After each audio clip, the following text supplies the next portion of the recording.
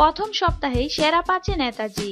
আশা অনুরূপ ভাবেই সম্প্রচারের প্রথম সপ্তাহ থেকে টিআরপি তালিকায় সাড়া ফেলে দিল এই ধারাবাহিক। তবে সেরা সেই কৃষ্ণকলি। এই সপ্তাহে 15+ আরবান টিআরপি তালিকায় শীর্ষে রয়েছে কৃষ্ণকলি 11.8 টিআরপি নিয়ে। কিন্তু এই সপ্তাহের তালিকায় দুটি উল্লেখযোগ্য বিষয় হলো, প্রথমত নেতাজির প্রথম সপ্তাহে সেরা 5-এ উঠে আসা এবং দ্বিতীয়ত বকুল কথার রেটিং এর প্রবল বৃদ্ধি।